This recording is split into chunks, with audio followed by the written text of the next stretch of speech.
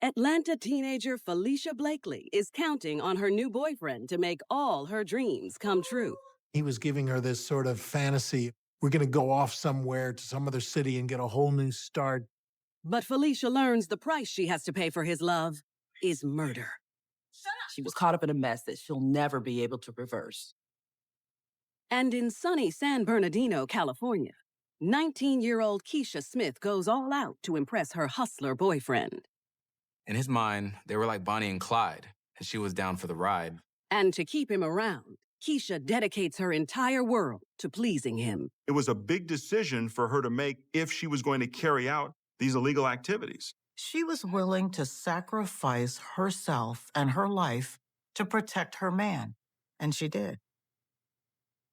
By the time she's 16 years old, Jacksonville teen Felicia Blakely's had her fair share of troubles. Felicia's father wasn't around. I had left him due to the fact that he started stealing and doing drugs, and I didn't want her or myself to be a part of that. So I left there, lived with my mom for a little while. With her mother busy working to support the family, her grandmother takes over most of the parenting duties. The result is a rocky mother-daughter relationship until her mom makes a career move out of state. Her mother moved to Atlanta for a job, and Felicia followed her here to Atlanta trying to build a relationship with her mother. But the change of scenery doesn't seem to help. And after a month of living in the Peach State, Felicia and her mom are back at each other's throats. She basically quit going to school, dropped out. That's when she really started changing, started being in the streets. Raise you like that! And me and her were arguing pretty much every day. Felicia's focus turns to making money. She had a cousin who worked as an exotic dancer, a stripper up here in Atlanta, who persuaded Felicia that that might be a good life plan, that she should start dancing. Despite being a minor, Felicia wastes no time finding work at a local strip club. In Atlanta, you're required to have a permit establishing that you're an adult. She was dancing in some of those clubs without a permit, but fairly quickly secured a permit with fake identification papers. What starts as a money-making venture soon evolves into something more. Felicia was young and impressionable, so by stripping, in her mind, she was getting all sorts of attention from men, and it lifted her self-esteem, and it gave her validation. But when Felicia's mother finds out, she's less than thrilled with her daughter's new path in life. They had flyers that they were putting out. Felicia's pictures were on the flyer, and I found them. And it's just upsetting to find out that way. When Betty confronts her, she insists that she has no intention of quitting.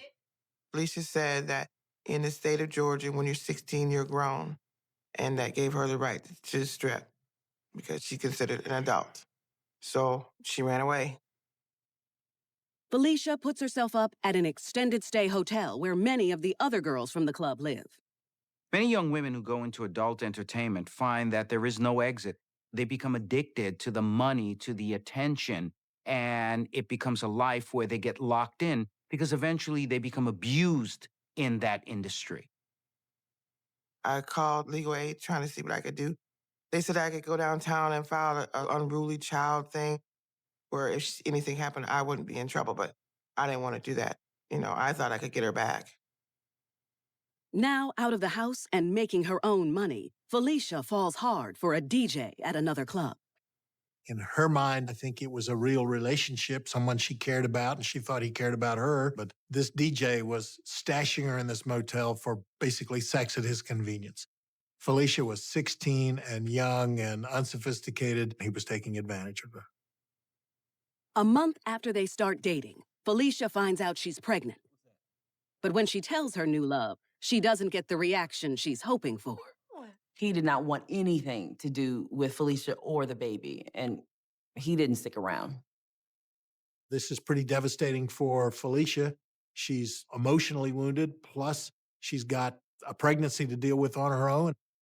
After 3 months away from home, Felicia moves back in with her mother. And finally, she gets the reaction she's been hoping for. I was happy when I found out I was going to be a grandmother. I hoped that she would stop dancing, stripping. I thought it might bring her back to normalcy. I really did. But Felicia has no plans of giving up her new life.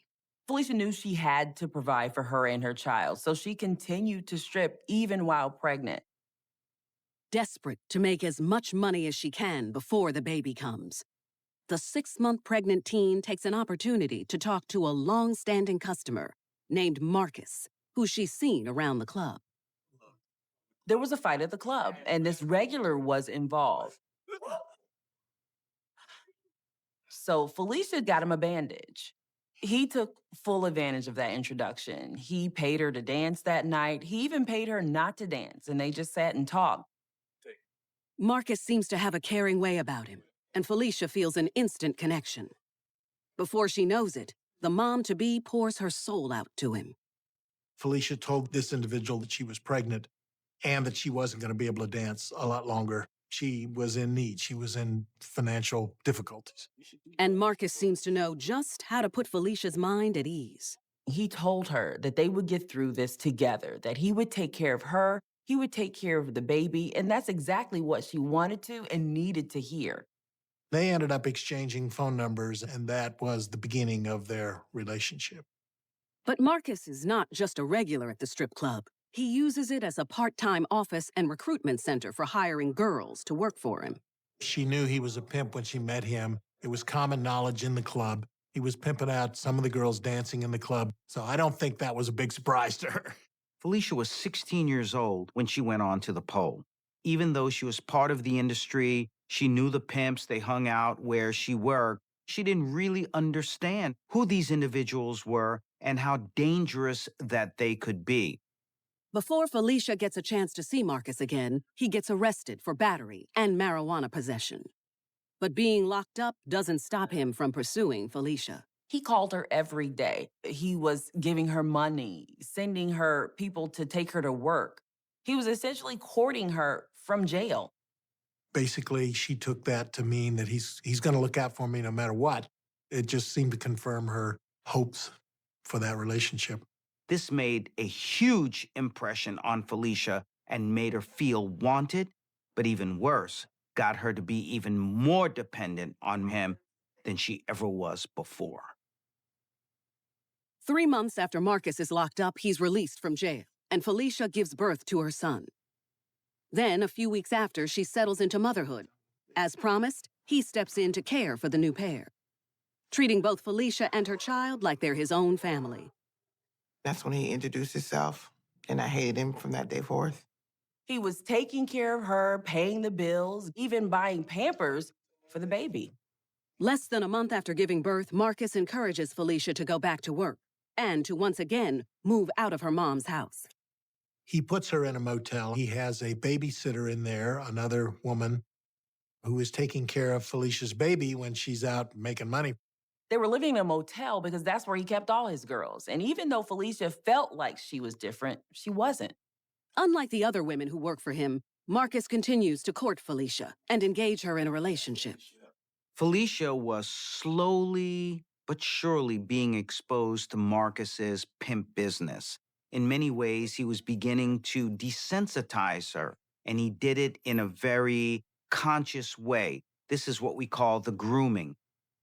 I would have tried to stop it, but I was under the impression that she was just going to be home, raising her baby. I was happy. 5 months after Felicia moves into the motel, Marcus expects a return on his favors. He suggests she start tricking for him. He was telling her that they needed the money to move out of Atlanta, buy a bigger house, raise a family together.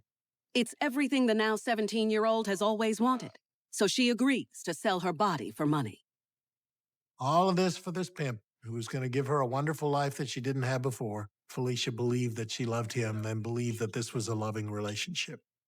He sold her a dream, so she did everything she could to please him. She was willing to do anything for her man.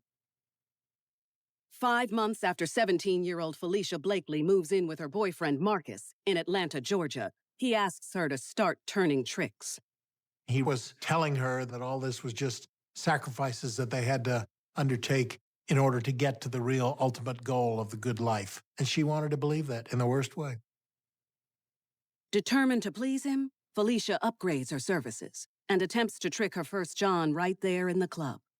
She met a guy, danced for him, offered sexual favors for money. He agreed. She took him to a back room. But things don't go as planned. As they start getting into it, he informs her he doesn't have a condom. So he says he's going to go get one and come back, but he never came back. When Marcus picks Felicia up from work that night, she tells him what happened. And Felicia gets her first taste of her boyfriend's violent side. He gets out of the car, comes around to her side, and to her complete shock, beats her badly. She had witnessed some of the violence between her boyfriend and the other girls, but she thought she was different. She thought she was one of his special girls.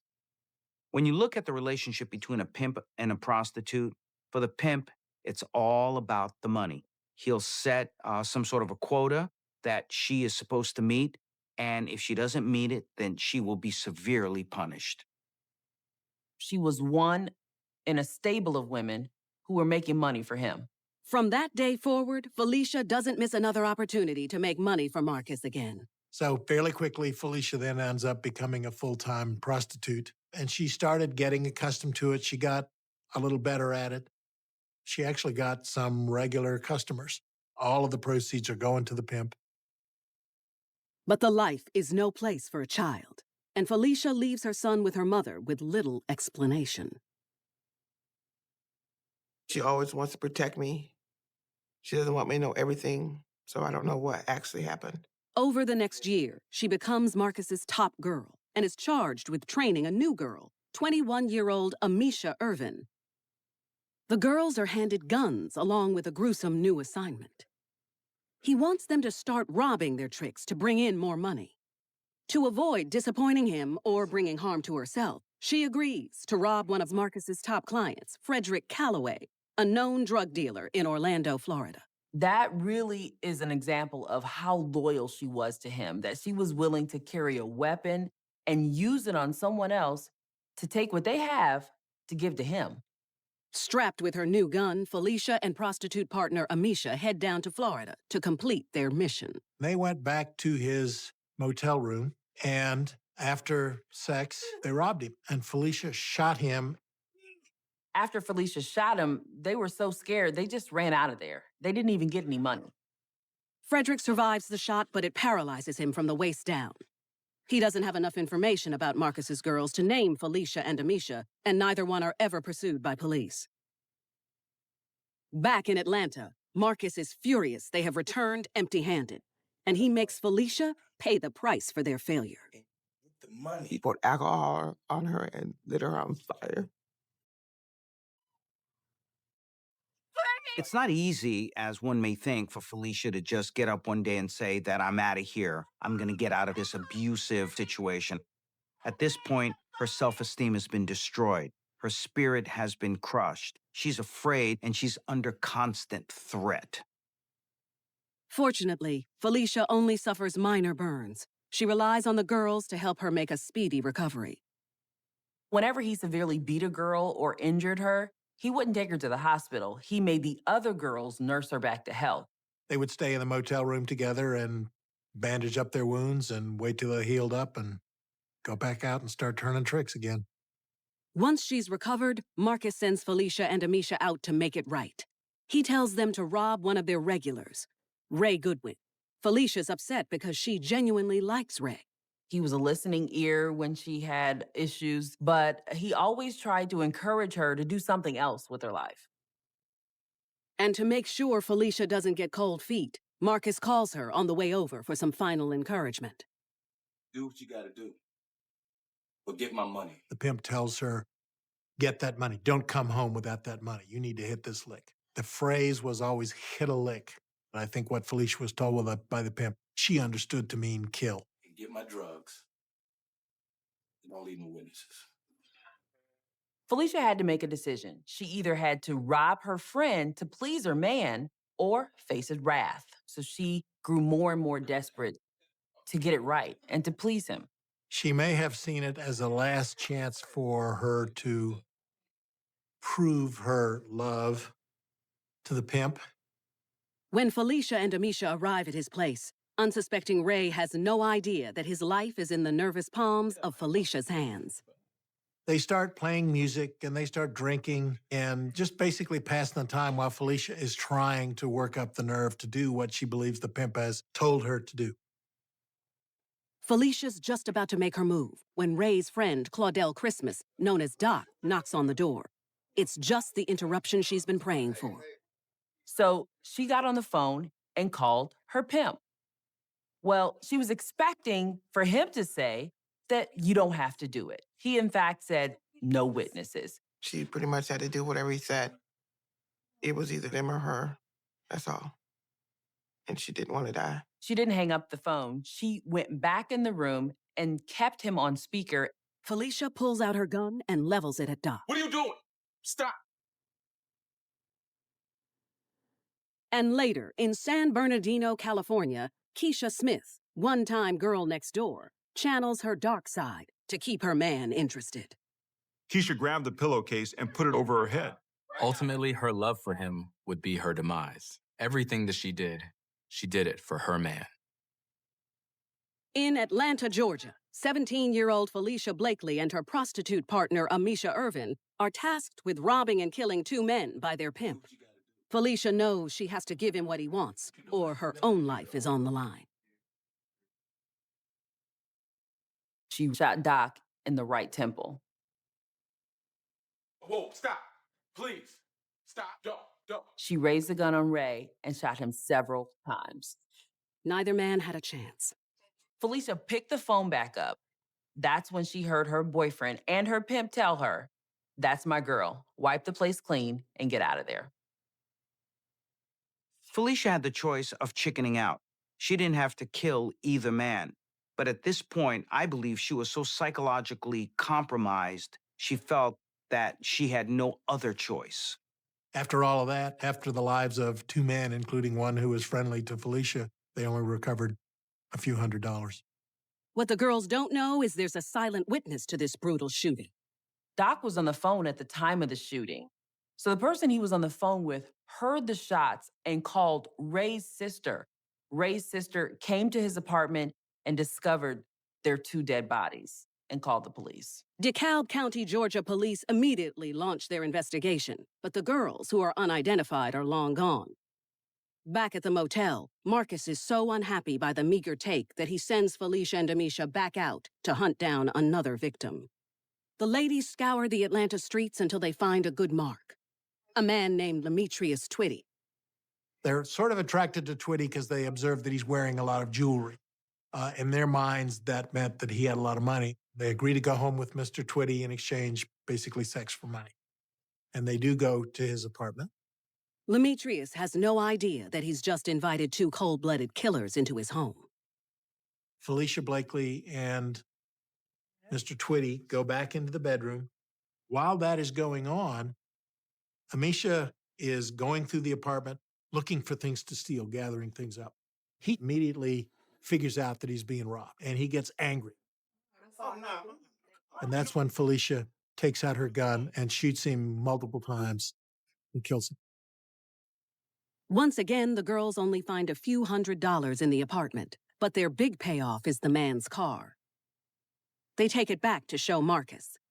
Tonight, he seems pleased. He wanted her to commit these murders partly for the money, but partly sort of as a control mechanism. If she's killed somebody, he's got her for life. She can never get away from him. He's got something on her.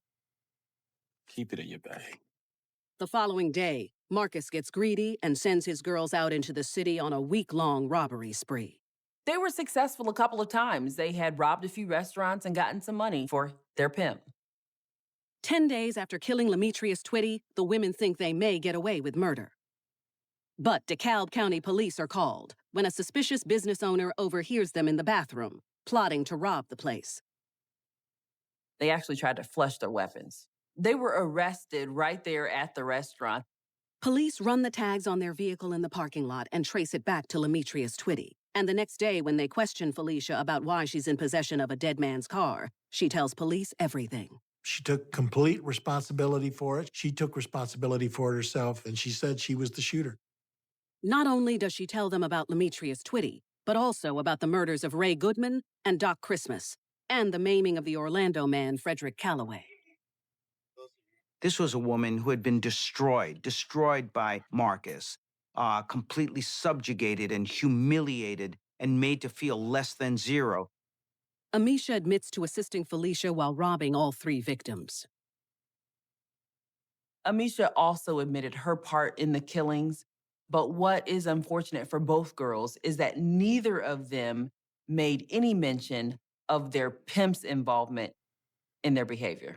Hours later, her mother is shocked when Felicia's face is plastered on the nightly news. I broke down and cried, prayed, tried to find out where she was at.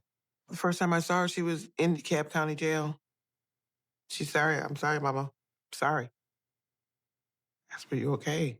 She said she's doing the best she could.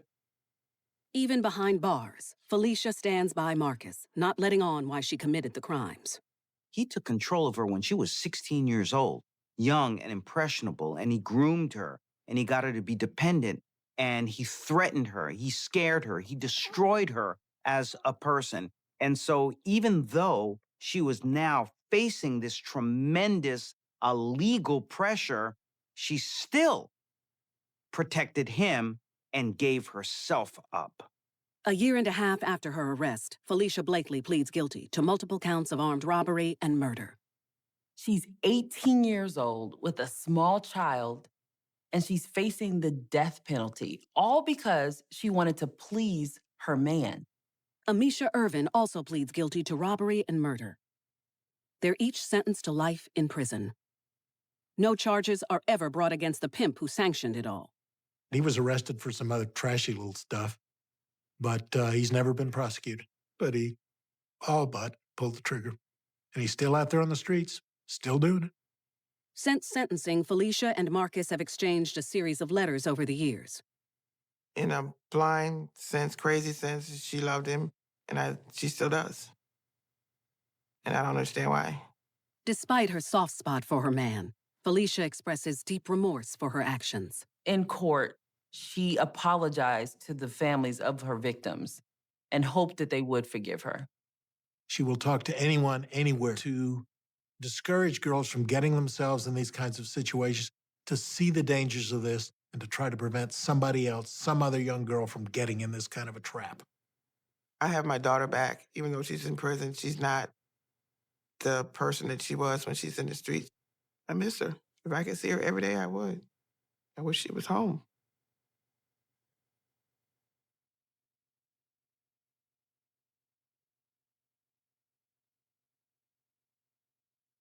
Felicia Blakely regrets doing her man's dirty work, and she's not the only woman wishing she had done things differently.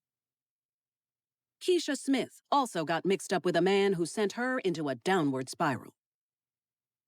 In San Bernardino, California, Keisha enters a rough life from birth. She never really knew her father. Keisha was living with her mom, had a lot of problems with her, wasn't the greatest of places to be growing up. Despite her broken home life, Keisha wants to make something of herself. She dreams of opening her own hair salon one day.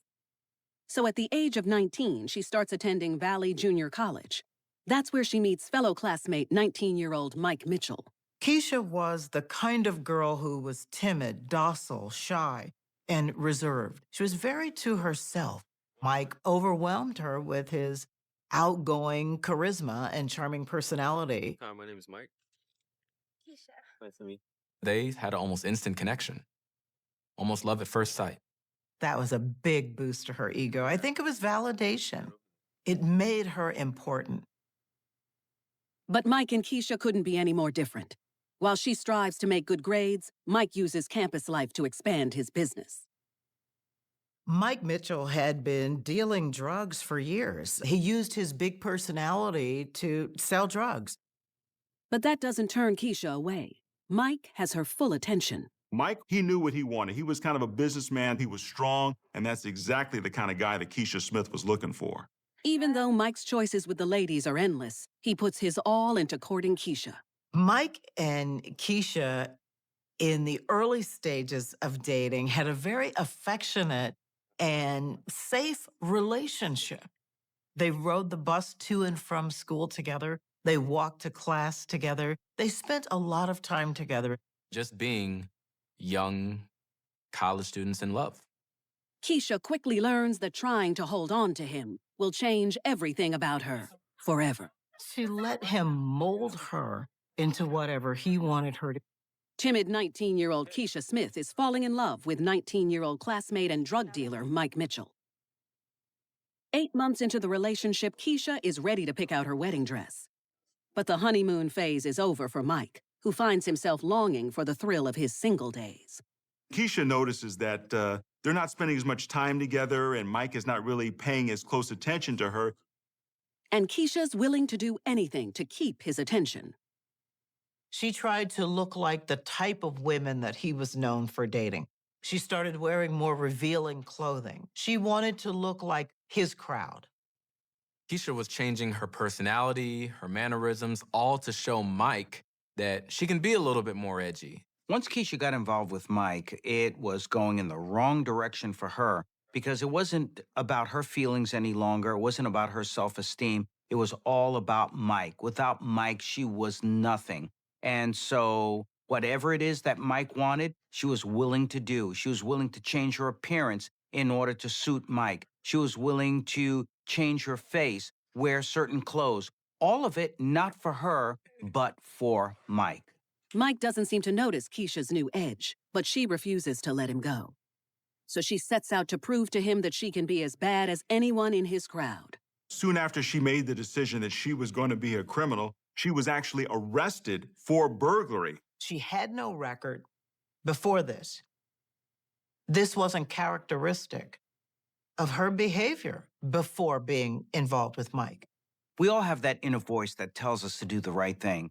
And for Keisha, I'm sure she heard that voice. And instead, she went and got herself in deep, deep trouble, all for the love of Mike.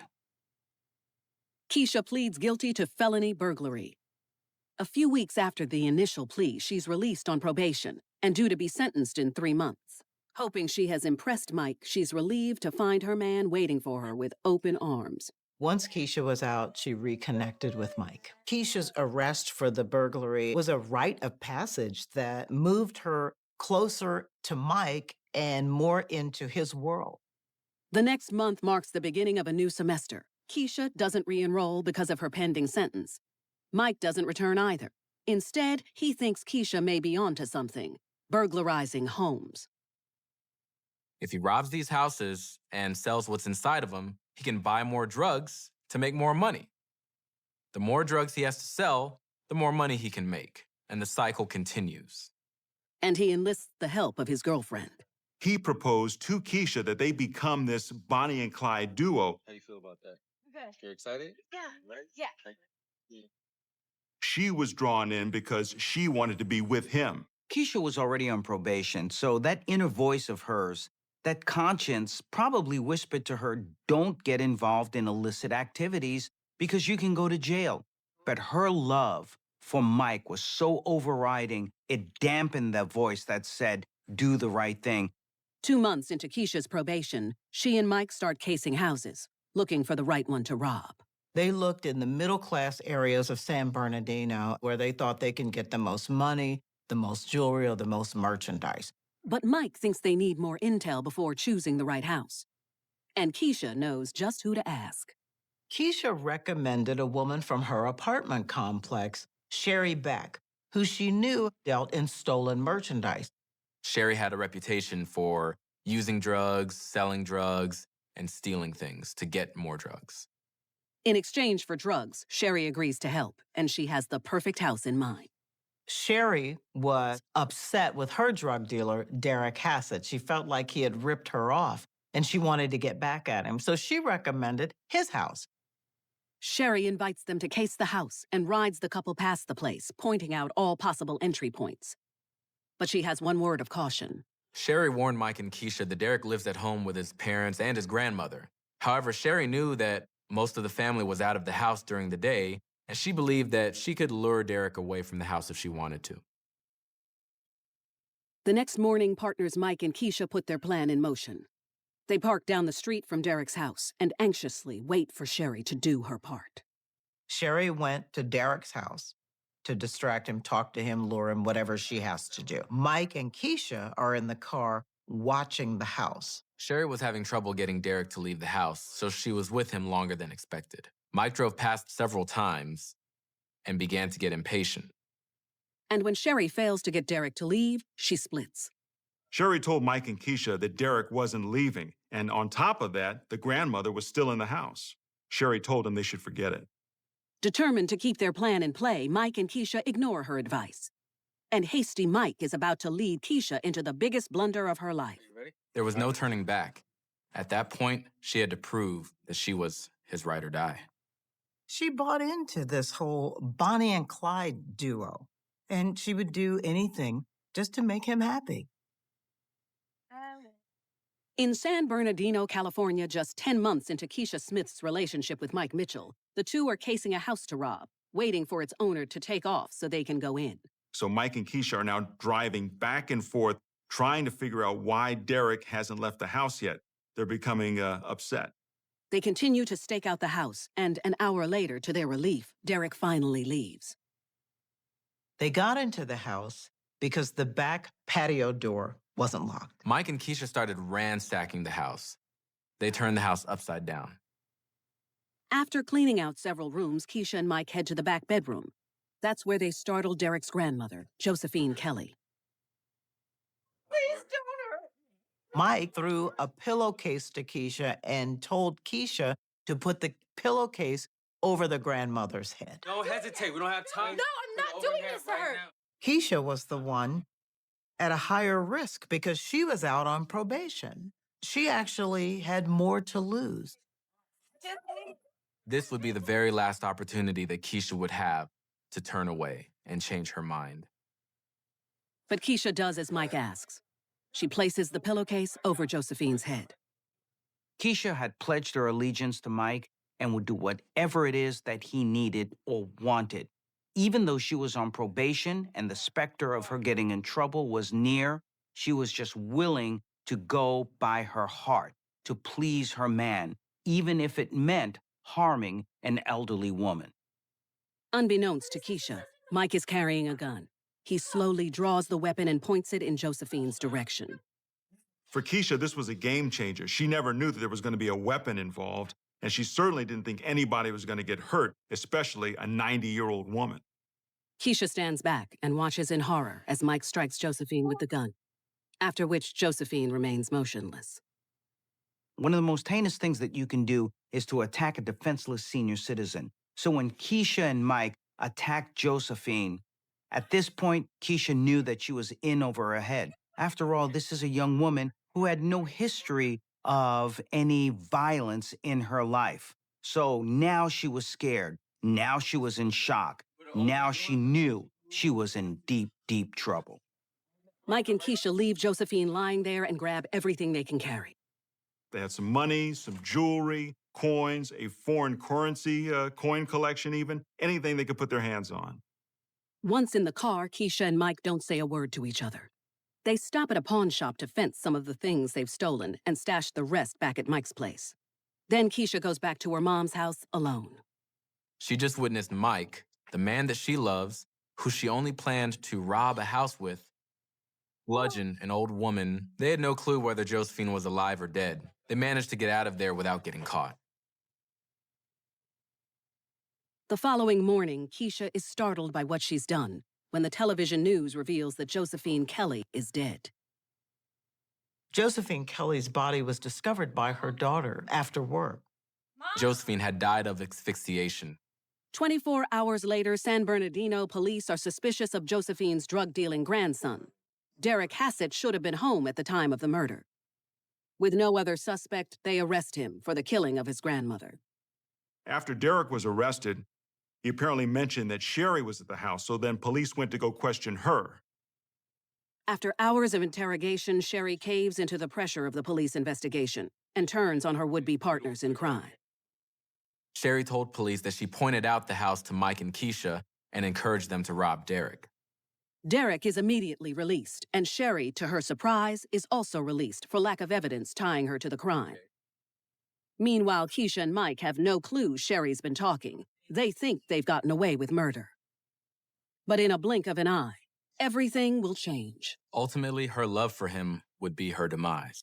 3 weeks after San Bernardino, California couple Mike Mitchell and Keisha Smith kill 90-year-old Josephine Kelly, the hammer comes down on them. Police were suddenly at the door of Mike's mother. They raided the house, and lo and behold, they found stolen items from Josephine Kelly's house. The police found jars of coins, foreign currency, and jewelry that had been missing from Josephine's house. They also found Keisha hiding in a closet. His mother is shocked at what they're accusing her son of, but fast-talking Mike has an explanation for how the goods ended up with him. Mike explained that he had done a deal with Sherry Beck, drugs for merchandise. Now, he wasn't sure where this stuff came from and says that he wasn't sure if it was stolen.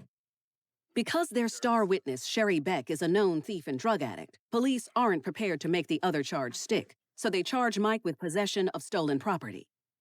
Keisha is also arrested and charged with a probation violation. And in a stunning blow, Mike is released 15 days later on bail. The prosecutor, in their discretion, felt that the evidence that was gathered was not enough to connect Mike, Sherry, or Keisha with the murder of Josephine Kelly. The prosecutor did not decide to charge or prosecute. The case went cold. Keisha remains behind bars, and a few weeks later, she's sentenced for her initial burglary charge. She receives 4 years in prison. Her solace is knowing that Mike is still by her side, but it doesn't last long. Initially, when Keisha started serving time, Mike was visiting her in jail, but the visits became less and less frequent. Eventually, Mike didn't see Keisha at all. Mike moved on with his life, got another girlfriend, had a child, and got married. Keisha could have made a plea deal to get a lesser sentence in her burglary case, but she stands by her man. When she's released from prison 4 years later, she doesn't reach out to Mike and remains mum. Remarkably, Keisha still refused to tell authorities his role in the robbery and the murder of Josephine Kelly. Her loyalty to him remained. She could have easily turned on Mike and Sherry, but she never did because she loved Mike. She was in that for the long haul. She wanted to continue to prove that she loved her man. Keisha threw her life away. At the end of the day, she was with someone who really didn't care for her anymore, who wouldn't even visit her in jail, who, in fact, just let her rot in prison. But Mike's luck will eventually run out. 8 years after the murder, the San Bernardino police reopened the murder case of Josephine Kelly. They offer a $10,000 reward for any information leading to an arrest. That's when a witness contacts police. The 10 grand reward apparently was enough for Mike's mother to come forward. She indicated to police that she overheard Mike and Keisha talk about the murder and actually had inside information that never went public. And so police had a pretty good idea that she was probably speaking the truth. Mike's mother may have needed or wanted the reward money and was willing to sacrifice her son to get it. Mike Mitchell and Keisha Smith are both charged with the murder of Josephine Kelly. Once again, Sherry Beck cooperates with police. She is arrested for her confession and cops a plea to voluntary manslaughter. Keisha and Mike are tried together, and Keisha comes face to face with the man she risked everything for. Mike took no responsibility for anything and actually tried to convince the jury that he had never stepped foot in the house. Keisha reverted back to the old Keisha. She went inside herself. She would not say one word against Mike. It's clear proof that Keisha loved Mike. She never gave him up. That first year that they were together defined all the years after as to the love that Keisha had for Mike. Mike and Keisha are both found guilty of murder and sentenced to life without the possibility of parole. Sherry Beck is sentenced to 17 years. When we look back at this tragic story, it's quite obvious that Keisha had what it took in order to be successful in life. She had a decent family life, even though she wanted a better family life. She had love, even though she wanted more love from Mike. But she really did throw her life away. She threw all her possibilities away. And now she is paying the consequences of behavior that was motivated by a love that was built on deceit and murder. Teenage love is in full bloom in Yale, Michigan, but not everyone's happy for Tia Skinner and her new boyfriend. He was a bad guy with a bad reputation. Tia's parents forbid her from seeing him. But she's willing to take drastic measures to keep her new man in her life. What she orchestrated was just horrific. I don't know how anyone could come up with something like this. She saw her parents as an obstacle, and she wasn't going to let them get in the way of her and her boyfriend. And later, in a suburb of Detroit, love-starved Renata Hamilton falls hard for a self-described bad boy. She was in love with a hardened criminal. No good could come of this. And when Renata is pulled into his life of crime, it costs her more than she could ever imagine. She did this to prove her loyalty to him in hopes that he would never leave her. And it was her wanting to please her man.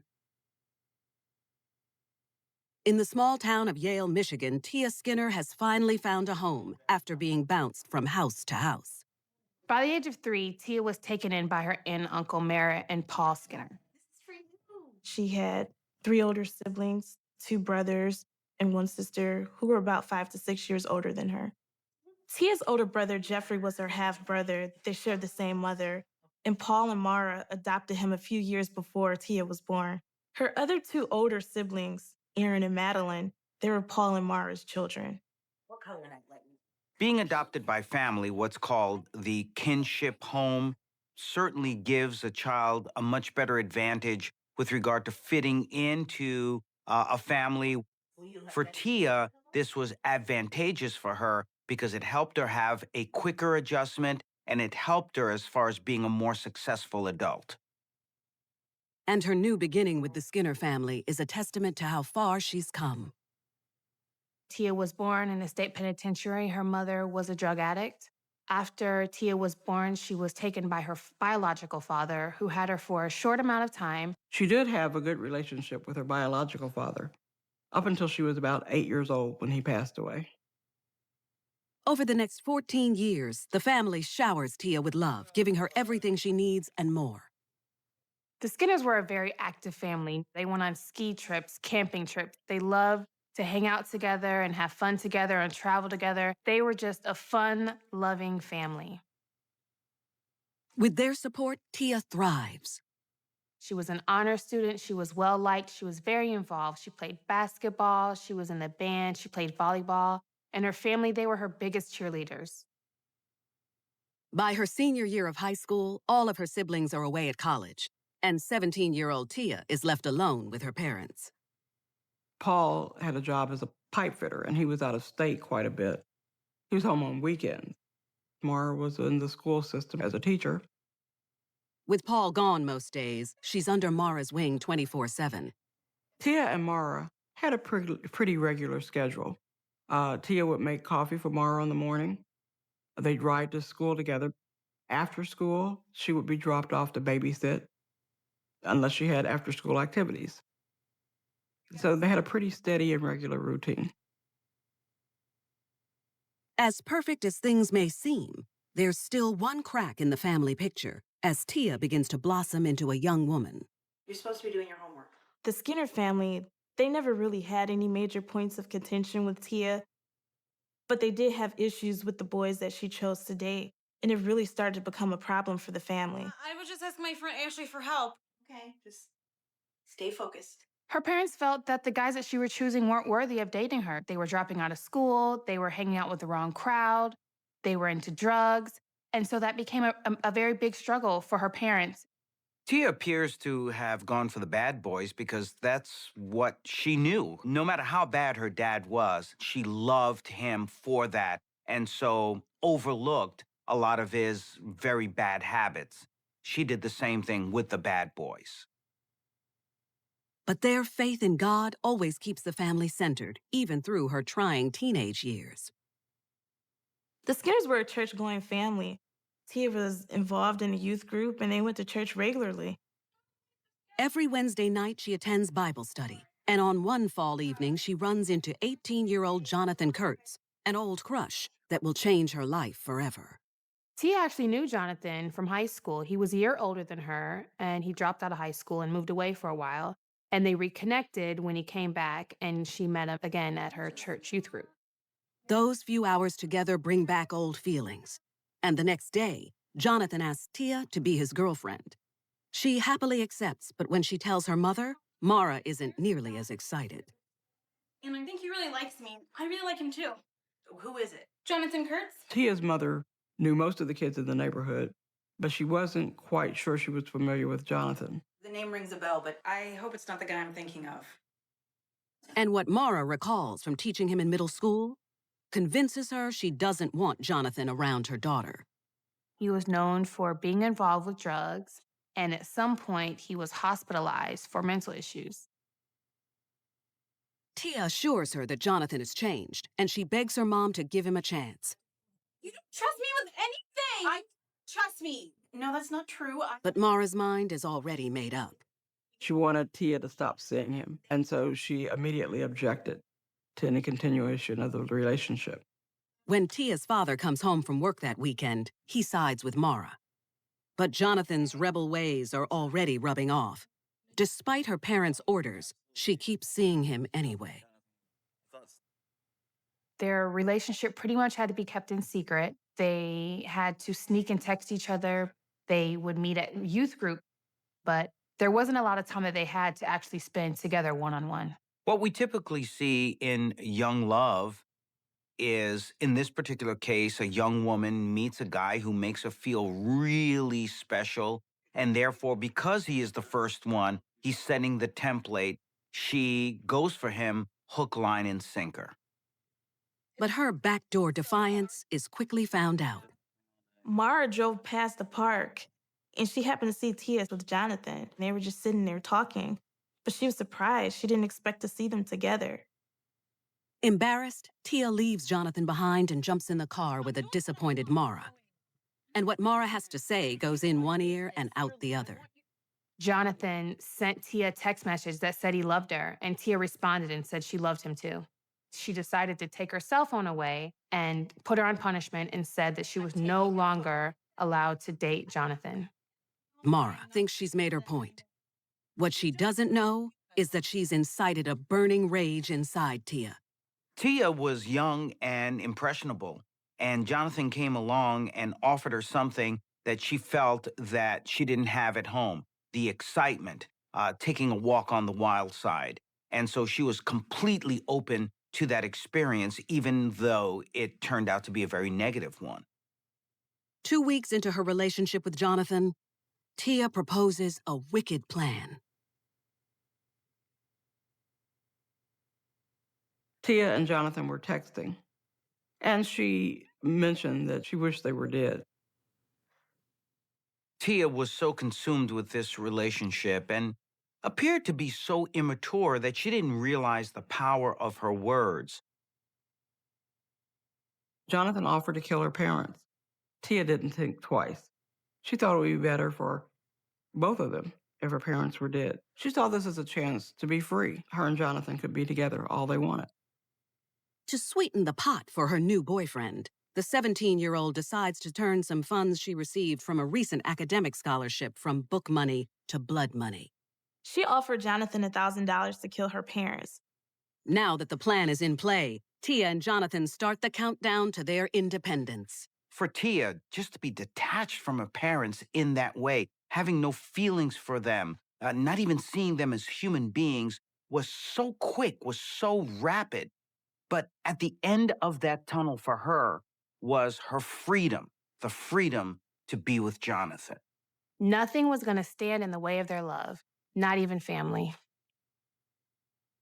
In the small town of Yale, Michigan, 17-year-old Tia Skinner has fallen in love with 18-year-old bad boy Jonathan Kurtz. Her parents have forbidden her from seeing him, but no one's going to keep Tia from her new man. Jonathan Kurtz was not a stable man. He'd been in and out of mental facilities and had a history with drugs. Tia and Jonathan had been together about 2 weeks, but she was convinced he was worth fighting for. The passion in Tia's relationship with Jonathan was very deep. She was willing to make the ultimate sacrifice in order for the two of them to be together for what she thought would be forever. And when she suggests that they kill her parents, Jonathan jumps at the chance to prove himself to her. But he realizes he needs a little help. Jonathan wanted to recruit his neighbor, James Preston. who had gone to high school with both he and Tia. Jonathan approached James and said he was going to get $1,000 and that he'd split it with him. And 18-year-old James Preston jumps on board. James might have gotten involved for financial opportunity. After all, he was going to get half of the murder fee and had a child to take care of and needed the money. Now that the killers are hired, Tia wants the job done as soon as possible so she and Jonathan can be together forever. Tia explained exactly how this was going to work. She drew a map of her house, how they would get in through her window so that they knew exactly how to get from her room to the parents' bedroom. It was going to look like a break-in, and Tia was going to be downstairs in the basement watching a movie so that it would seem as if she didn't know or didn't hear what was going on. This plan that Tia came up with was so well thought out, so complex. It really makes you wonder whether she had thought of this plan before, whether she had been working on this, perhaps because her parents kept her from being with someone else in the past. And 10 days into her relationship with Jonathan, the date for the murder is set. Tia told James and Jonathan that next Friday, when her father returned from his out-of-town job, that is when she wanted the killing done. The following Thursday, a day before the planned murders, Tia plays the role of dutiful daughter. She still fixed Mara's coffee. They rode to school together. They followed their regular routine. It was just a normal day. But that Thursday afternoon, a day before they plan to carry out the murders, an unexpected arrival throws a wrench in their plans. When Tia got home from school that day, she found out that her dad came home early. She sent a quick text to Jonathan telling him that they should do the murder tonight, and it should be done at 11 o'clock. This will be the end to Tia's troubles, and she and Jonathan can be free to pursue their love without interference. She has officially put the nail in her parents' coffin. No, we're not doing this tomorrow. We're doing this tonight. Jonathan and James will be ready. And while her murder squad watches the seconds tick off the clock, Tia spends some final hours with Paul and Mara. Tia and her parents had a normal evening. They went shopping together, they went out to dinner, and they came back home. But when they return home from dinner, Tia's thrown off when greeted by her brother Jeffrey, who's making an unexpected visit. But she knows it's too late to call off the boys. He and his parents were in the kitchen talking, and Tia took this opportunity to sneak upstairs. When Tia stepped into that house and saw Jeffrey, this was a sign that this plan wasn't going to go smooth as she wanted it to. In many ways, it brought her back to her own reality, to the possible guilt that she would be having to deal with, that she murdered her parents, but also murdered the parents of her siblings too. But the plan is still on. She anxiously awaits the arrival of Jonathan and James. At around 11 o'clock, Tia's parents had gone to bed. Jeffrey was in the living room, and Tia was at her bedroom window waiting on the boys. At 11:05, Jonathan and James jump the fence and run over to Tia's bedroom window where she lets them in. They had bandanas to cover their faces. They had stolen James' father's hunting knives. They came prepared. Tia has a chance to save her family, but she only chooses to spare her brother Jeffrey's life. You better get rid of him too, or we're gonna have to kill him. Just give me 5 minutes before you go into my parents' room. She told them that her brother Jeffrey was downstairs, and Jonathan made it very clear to her that if he wasn't in the basement, he was going to kill her brother. So she decides to lure him into the basement by telling her brother that she wants to watch a movie. It's quite possible that Tia spared Jeffrey's life because, after all, that was her sibling. But also in her mind, he had never crossed her. By 11:30 p.m., everyone is in place. Tia is in the basement with brother Jeffrey. Jonathan and James are upstairs, creeping up on Paul and Mara. They went into the bedroom where Mara and Paul were sleeping and started stabbing. She heard their blood-curdling cries and was completely unmoved by it. And later, in the Detroit suburbs, Renata Hamilton's first shot at love may be her last taste of freedom. She had no regard for that man's life. She fed him straight to the devil. 17-year-old Tia Skinner and her 18-year-old boyfriend Jonathan Kurtz have decided to murder her parents. While the Skinners sleep, Jonathan and his neighbor James Preston execute the horrifying plan. Jonathan and James walked into that pitch black room, and Jonathan began to stab Mara, and James began to stab Paul. Despite the surprise attack, Paul manages to fight back. Paul eventually got James into a chokehold, but he didn't have enough strength to hold him. So he got up and tried to chase them. Tia heard blood-curdling cries from her parents. They were both yelling for help. Jeffrey bolts up the basement stairs, and when he reaches the top, he follows a trail of blood to the front door and watches as his father stumbles back inside. His father really didn't think he was going to make it, so he demanded that he go upstairs and try and save his mother instead. In the master bedroom, Mara's been stabbed 26 times, but she's able to grab her phone and call 911. Mom, just hang in. I'm gonna check on Dad. Jeffrey's torn between which parent to help. Assessing that Mara's in better shape, he runs back downstairs in a last-ditch effort to save his father. Jeffrey called for Tia's help, but she never came upstairs to help. Tia was downstairs as cool as a cucumber. Tia! Tia!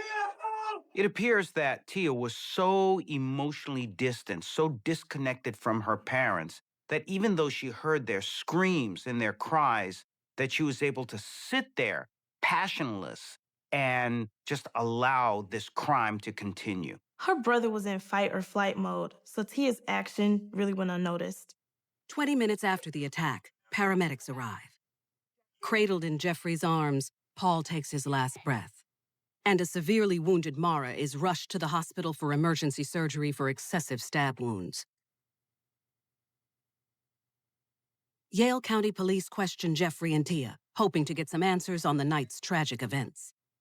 A first responder approached Tia while she was outside and informed her that her father had passed away and that her mother had been rushed to the hospital. And she showed no signs of emotion. She did respond by saying she wanted to go back in the house to retrieve her cell phone. Do you mind if I run in and grab my cell phone? It's really remarkable that she remained so calm during this situation. But the reality is that her actions caused a severe rift in time and destiny for her parents, for her family, and certainly for her siblings.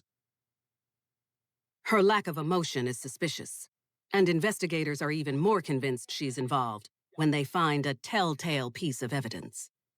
Police searching the grounds outside the privacy fence found the hand-drawn map that Tia had drawn with the crooked words printed, "My house." When confronted with the map, she confesses, but isn't completely honest. She eventually gave up James and Jonathan's names, and she admitted her involvement in the planning to kill her parents. But she said she called it off and they did it without her. So essentially, she turned on her boyfriend. Tia was just resolute in saving her own skin. So she did what she thought she had to do, even if it meant turning on the guy that she did this all for. Tia is arrested and taken into custody. Jonathan and James are arrested the following morning at their homes, 20 minutes down the road. Less than a year later, Tia Skinner, Jonathan Kurtz, and James Preston are tried together as co-conspirators in the murder and attempted murder of Paul and Mara Skinner. When the trio went to court, they took opposing positions. James and Jonathan tried to blame Tia. The whole thing was her idea. Tia, on the other hand, put the blame on James and Jonathan. Miraculously, Mara Skinner makes a full recovery and testifies against her daughter in court. All three are found guilty and sentenced to life without parole. Being 17, 18 years old, and to come to the realization that now you are going to have to spend the rest of your natural life in prison. Now you're going to have to pay the price. You're going to have to pay for the crime by doing that time. Your life is over. The Skinners stand against Tia and make statements during sentencing. The family doesn't have a relationship with Tia, nor do they have the desire to have a relationship with Tia. It's almost as if they feel like the night that they lost Paul, they also lost Tia. After sentencing, Tia never sees Jonathan again. Tia has not offered an explanation for why she did what she did, although she has apologized to the family and written family members individual letters of apology. Now that Tia has the time to sit in prison and look back at her life, she can't help but think what she gave up, that she had loving parents, that she had a loving family, and that she threw it all away trying to pursue young love.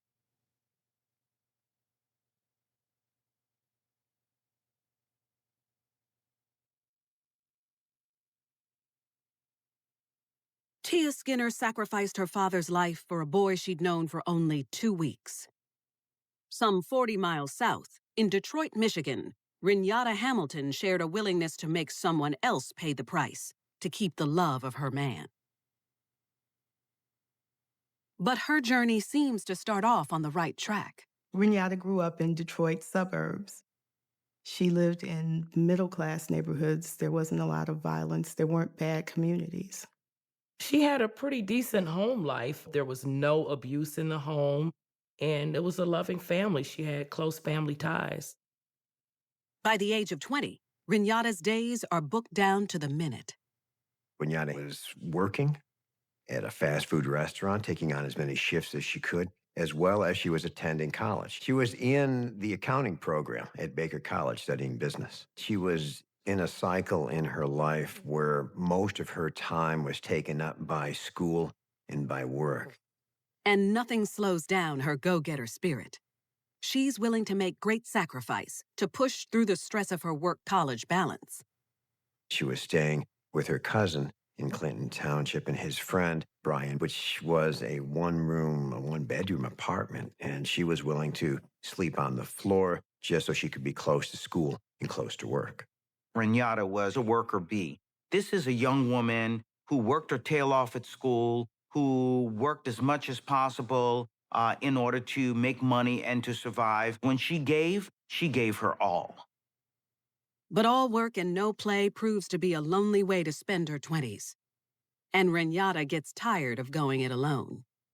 Yeah, she was a hopeless romantic. She loved the classic romantic movies, and she kind of longed, I think, for that sort of a relationship, someone to be that knight in shining armor. But the man who is going to sweep her off her feet is a far cry from the Romeo she desires. She was headed somewhere, and she allowed him to pull her into his dark little world. And Renata Hamilton throws it all away for approval from her man. Only her desire to be in that relationship would have had her make such a poor decision. 20-year-old Renata Hamilton works part-time and is on track to graduate college in a Detroit suburb, but she's distracted by her desire to find a man. The fact that she had never really had a serious relationship kind of fueled her desire to have a man in her life. That's why she rushes in with the first man that catches her eye. And despite his unemployment, 21-year-old Larry Stewart's dazzling smile captivates a love-crazed Renata. Renata was hanging out with some of her friends, and they introduced her to Larry Stewart. Hey, how you doing? Nice to meet you. Renata was initially attracted to Larry because he was thin and toned, and Renata was kind of on the heavy-set side, so her ideal man was exactly the opposite. Larry knows a good girl when he sees one, so he wastes no time getting her number. Why you need my phone? I want to get to know you better, that's why. Renata may like Larry's swagger, but it's no act, and Renata learns she's bitten off a little more than she can chew. Larry was a criminal. His criminal history included domestic violence, obstructing police, marijuana possession, and assault with a dangerous weapon. Not the kind of guy you want to take home to mom and dad. For Larry to have such a lengthy criminal history by the age of 21, you have to look back to his upbringing. Probably was very dysfunctional, probably didn't have many opportunities, but certainly this was a person who didn't make the right choices because possibly the choices weren't really there for him. But when her friends tell her about Larry's past, she decides to take her chances and give him a shot. She was just happy to have someone to love and be loved by. With her new bad boy around, Renata breaks out of her shell and starts to live a little. Larry was able to take her out of that humdrum study work existence. He didn't have much money because he wasn't working, but he was a warm body, someone who showed her affection, and that was very important to her. Larry started coming over to the apartment almost every day and sleeping over. Even though she shares the apartment with cousin Justin and roommate Brian, Renata and Larry make a space for themselves together on the living room floor most nights. And she showers him with love every chance she gets. She had been spending what little money she had on Larry, making sure that he was fed, buying him gifts. She was doing everything she could to maintain that relationship. It's quite possible that living the existence she had, where it was really all work and all study and sleeping on a living room floor, Larry brought her love, and that was probably the only bright spot in her life at that point. 5 months into the relationship, Larry drops a bombshell when he tells Renata he owes $250 to a loan shark. Without a job, he doesn't have the money to pay it back. What's more, if he doesn't pay up soon, his life may be in danger. Larry wasn't shy to ask people to help him. He was getting in over his head. He was trying to find ways to get money without really having to work. She jumps into action, trying to clear Larry of his debt. So Renata paid $100 of Larry's debt to this bad guy. She was in love with somebody who didn't have her best interest at heart. She was in love with somebody who was going to do what he wanted and use anybody in his path to help him. For Renata to give $100 to Larry to pay off the guy that he owed, some people would say, well, what's the big deal? That's not a lot of money. But for Renata, who was barely making it by financially, it was a major sacrifice, but one she gladly made because she loved Larry. Despite Renata's generosity, Larry's still concerned for his life. And she can't imagine life without him, so she's willing to help him any way she can. All right, so you remember the money you gave? Larry proposed robbing someone. Renata bought into this plan. She really wanted to try to save Larry. Are you with me? Most couples at that stage of relationship begin to commit to one another. Renata and Larry decided to commit a crime. Just outside Detroit, Michigan, 20-year-old Renata Hamilton has fallen in love with 21-year-old Larry Stewart. And now she's willing to do anything to save her man's life from a loan shark. Larry owed money, and Renata had only been able to pay $100 of it. Larry suggested to Renata that they plan to rob people so he could get money. Are you with me? Blinded by love, she joins forces with her criminal boyfriend to come up with the perfect robbery. One thing that's very clear about Renata was she was dedicated and she was a worker bee. So when this plan came up by Larry to rob someone, she gave that her all. No matter how dangerous, she was willing to make it work. And on her way to work, a few days later, Renata runs into 21-year-old Kevin Brown. Kevin Brown was infatuated with Renata. Kevin worked at a local factory, and when he got off work, he typically went through the drive-thru and saw Renata's face. He flirted with her a lot. As usual, she keeps Kevin hanging for the chance at a real date. It truly is ironic that Renata, someone who really cherished love and wanted that in her life, would take someone like Kevin for granted. She disregarded him, treated him as if he was less than nothing. And despite the continued rejection, Kevin hopes for a change of heart, though Renata's heart is in Larry's hands. Renata was at home with Larry and mentioned to him that she had spoken to Kevin Brown. Larry knew about Kevin Brown. He had seen him driving a nice car, flashing wads of money, and that gave Larry his bright idea. Kevin would cash his paychecks and keep the wad in his pocket. Larry thought that there would be hundreds, if not $1,000 in his pocket. Larry believes Kevin's an easy target, but he'll need Renata's help in order to reel him in. Think about it. I'm gonna call you though. Ha, you do that. The plan was for Renata to set Kevin up by telling him to pick her up for a date. When he came to pick her up, Larry would be hiding in the hallway and would jump out and rob him. She puts the plan in motion and reaches out to Kevin with a private invitation to her apartment. You can pick me up at my house Monday morning, okay? He's down. It's done. For the first time in her life, Renata got what she always wanted, the love of a man. And at this point, she was willing to do anything in order to keep that relationship, even if it meant putting the life of another man on the line. The following Monday, Renata awaits Kevin's arrival for their much-anticipated date. She called Kevin to give him directions to the apartment, but they ended up staying on the phone the entire time. But she was also on the phone through call waiting with Larry. Larry waits in the hallway outside Renata's door. She was able to verify the type of car that Kevin was in, what Kevin was wearing, and she, of course, relayed that information to Larry so he knew who to look out for. He's driving a Lexus truck, and he had on flannel and some jeans. Kevin got out of the car and walked into the apartment building. Renata was listening by the door inside her apartment. An anxious Kevin makes his way to her apartment. Before Kevin could knock on Renata's front door, Larry came rushing at him with the gun out in hand pointed at him. To Larry's surprise, this is not going to be easy. Kevin Brown is ready for a fight. Kevin Brown, in fact, grabbed the gun in Larry Stewart's hand, and the two of them began to struggle.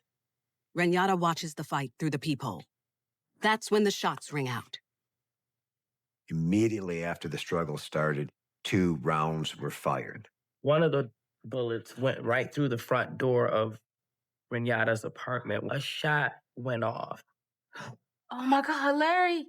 Then the second shot went off, and that one pierced the door and struck Renata in the stomach. As Renata Hamilton watches through the peephole of her apartment door in Detroit, Michigan, her boyfriend Larry Stewart attempts to rob Kevin Brown. That's when 2 gunshots ring out. The 2 rounds that were fired, one not only went through Kevin Brown, it went through the wall and struck Renata Hamilton. Renata looked down at her stomach and realized she'd been shot. Her cousin Justin heard the gunshots and rushed out of the bedroom. He saw that she'd been shot and told her to go to the bathroom to clean up. In the hall, in spite of his gunshot wounds, Kevin is fighting for his life. He wrestles Larry for control of the gun. Kevin and Larry wound up tumbling down the stairs towards the front door. In the course of the fighting, Kevin was shot, but he still had strength enough to gain control of the gun. And he chased Larry away. A severely wounded Kevin collapses on the sidewalk. So during the course of this whole gunfight, Larry was actually shot once in the bicep. Kevin was shot 4 times, twice in the chest, once in the back, and once in the leg. Back upstairs, Renata's too afraid to step outside. Instead, she calls Larry to make sure he's okay. Larry answered the phone, and Renata told him that she'd been shot. I need you right now. I've been shot. Girl, I was shot too. He told her that he'd been shot too and to call 911. Then he hung up. When Clinton Township police arrive to the scene, they discover Kevin laying on the sidewalk, clinging to life. Kevin never told him what happened. Kevin's concern was so great for his life. All he could focus on was repeatedly asking for an ambulance. As Kevin's rushed to the hospital, police become aware that a second victim from the apartment is being transported to the emergency room. At that time, they thought that she was just the victim of a stray bullet. Now that police are aware that the two victims know each other, they hope Renata can provide more information on what was behind the shooting. She told them that that was her date and that he was on his way to pick her up. But they are held off on further questioning until both victims are treated. In the ER, Renata and Kevin are placed in adjoining rooms, separated by a curtain. Luckily for her, she was only grazed, and the wound looks worse than it is. But Kevin is not so fortunate. Kevin succumbed to his injuries. When Renata found out that Kevin had died, her reaction was cold and emotionless. All she said was, "Oh no." It's sad to think that what Kevin saw as an opportunity to finally be with Renata, to find some love, actually ended up in his demise. While Renata is in the hospital, her roommate Brian starts talking to detectives. Brian told the police that he had seen Renata and Larry with a gun just the night before. Police realize that Renata's covering for her boyfriend.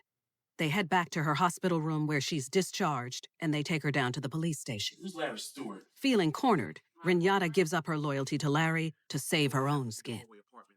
Renata told police that it was just supposed to be a robbery and that no one was supposed to get hurt, and that her role was simply to lure Kevin to that apartment building. She's placed under arrest for the murder of Kevin Brown. Meanwhile, Larry is on the run. He is moving from house to house, attempting to evade capture. Once the police knew Larry Stewart was involved, they got a photograph. The media was called. His picture was placed on all the newscasts. Nobody knew where he was. The police continued to work every tip that came in. Then, 2 days after the murder, Larry Stewart turns himself into the Clinton Township Police Station. He's not seen a doctor since his gunshot wound to the arm, and he's weak and desperate for medical attention. He turned himself in because he ran out of options. He's got nowhere to go. He also probably knows if you go to the hospital with a gunshot wound, they have to call the police. One of the first things he tells the police is he's cold and he's hungry and he's in pain. He is treated for his wound, then he is immediately taken into custody.